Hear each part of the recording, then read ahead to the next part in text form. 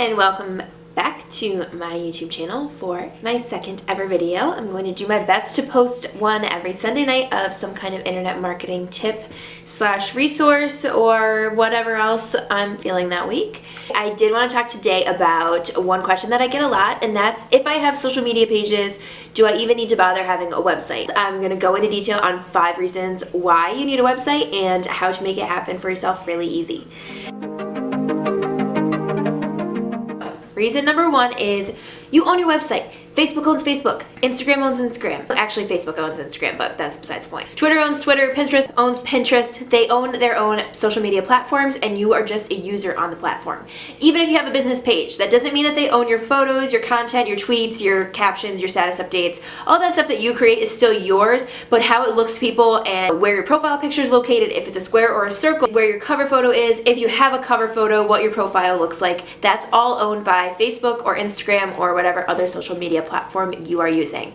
So when you own your website, you have the URL, you have the layout, you have what you're building the website on. You get to control what people see when they go and visit your site. If you want them to see the blog that you just posted, or if you want them to go to your online store. Those are all things that you can strategically place on your site with buttons and images and text and drive them that way. There's all different kinds of things that you can do. So you own your website. When you have the social media platforms, they own that, and then they also own when those people get to see your content. So you have to play their game of strategically posting at whatever time your followers are most likely to be active, or boosting your posts, paying for that ad space. The website itself is yours, you own it, and that's something that you have full control over, and as a small business that can be really important. My recommendation is to use social media as a driver to get people to your website. Captions and images that make people interested in your brand, and then ultimately drive them to your website with the things that you're posting.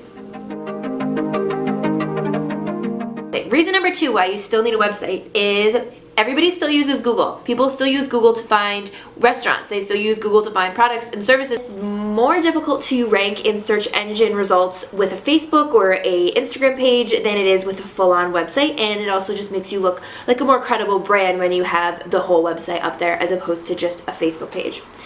By having a website and having control over the content that shows up in your website, stack the content full of words that you think that your best consumers will be plugging into Google and would be able to find you by. Say if you're a gift shop in Albany, I'm going to use this example throughout the entire video. If you're a gift shop in Albany and you have a website, now you can put things like birthday party gifts, Albany, Mother's Day gifts, Albany, Father's Day gifts, Albany, all throughout the content on your website. What that does is it signals to Google that this is what your website is about and this is what your business is about, and then they'll put you in the search results when somebody goes and they put in the search bar best places to buy gifts, Albany.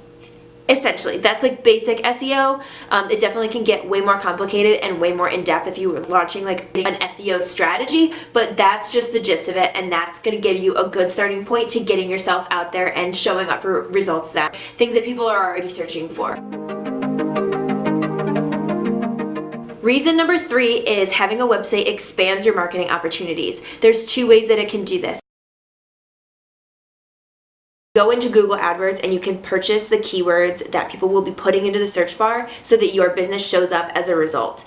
And when you purchase these keywords, you're going to show up on the top or all the way on the bottom. Usually it's the top of Google. You'll have a little box next to your business listing and it will say ad next to it to show the consumer that you did pay for this. However, it does put you on the front page of those search results. This is called pay-per-click advertising. It's often abbreviated as PPC advertising, and that's going out and paying for each person that clicks on your website. That's where it's the pay per click. You pay for those leads to be driven.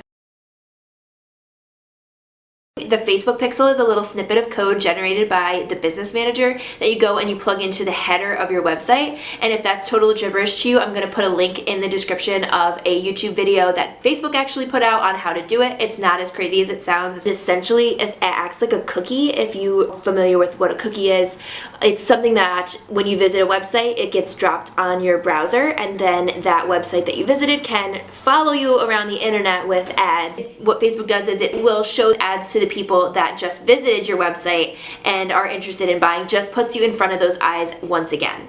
Kind of like when you go on Amazon and you're searching for something, and then you go on Facebook and what you were searching for then shows up in your newsfeed as an ad. You can do that as a small business. Reason number 4 that it's important to have a website is you get a professional email address. This means that you can ditch the @google.com or @gmail.com, and you can have something that says @yourbusiness.com. Whatever your domain name is going to be after the @ symbol of the email address. This just gives you more credibility as a business. It doesn't have something like cutiepie12345@aim.com that doesn't look like a real business email address. So this is just a way of giving your business more credibility, and it's really easy to set up the email configuration. You don't have to have anything special. You can do a professional email service, something like Zoho Mail or G Suite, and you can pay for that service, or you can purchase the email hosting and kind of set it up yourself. And then you can also create some aliases. So if you want to have a different email address for your customer support, you can have support@yourbusiness.com, and then you can also have your name @yourbusiness.com, just to give you that extra layer of credibility. Reason number 5 is website costs have decreased significantly. Gone are the days when it takes $10,000 and a really experienced web coder to set up a website for you. There are tons of website building options out there. All you need is the domain name, and some of them include that in your purchase as well. These are usually less than $200 a year. Some of the most popular ones are Weebly, Wix, Google I think has its own website builder. There's a couple of other ones that are floating out there that are also decent, but my favorite one is Squarespace, because I build websites for people, then I can give it to the client and I can easily train them on how to update things on the back end. I can teach you how to go in and update your own blogs and update your own photographs, update your own text. It's all right in front of you because it's what's called a drag and drop editor. So you literally just take your buttons and your images and you drag them from the builder and you put them onto where you want them to be on your website. Super easy to do, requires minimal coding. If any, you can squeak by with zero coding knowledge. I just like to use a little bit of CSS and HTML to make some design or function tweaks and ways of figuring things out when they're not working exactly the way that you want them to.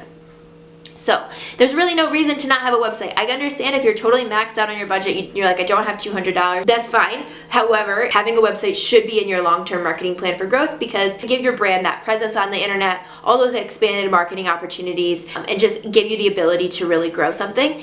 So go to GoDaddy.com and just purchase your URL, and then at least you have your domain name. So your URL, what people type into the search bar up top, that's known as your domain name. And research a couple of the different website builders. Look at Squarespace, look at Wix, look at Weebly, and see which one you think is the most user-friendly, which one you want to work with, which one is got the best pricing for what you're looking for. So with all this said, it doesn't mean that you don't want to have social media, because it can be a great tool to help grow your business, but you should use it in a way that strategically promotes your website. If you guys have any questions, I will put my contact information and my own website down in the description. Thank you so much for watching. If you guys enjoyed this video, you found it helpful, please like and subscribe, and I will hopefully see you next Sunday night.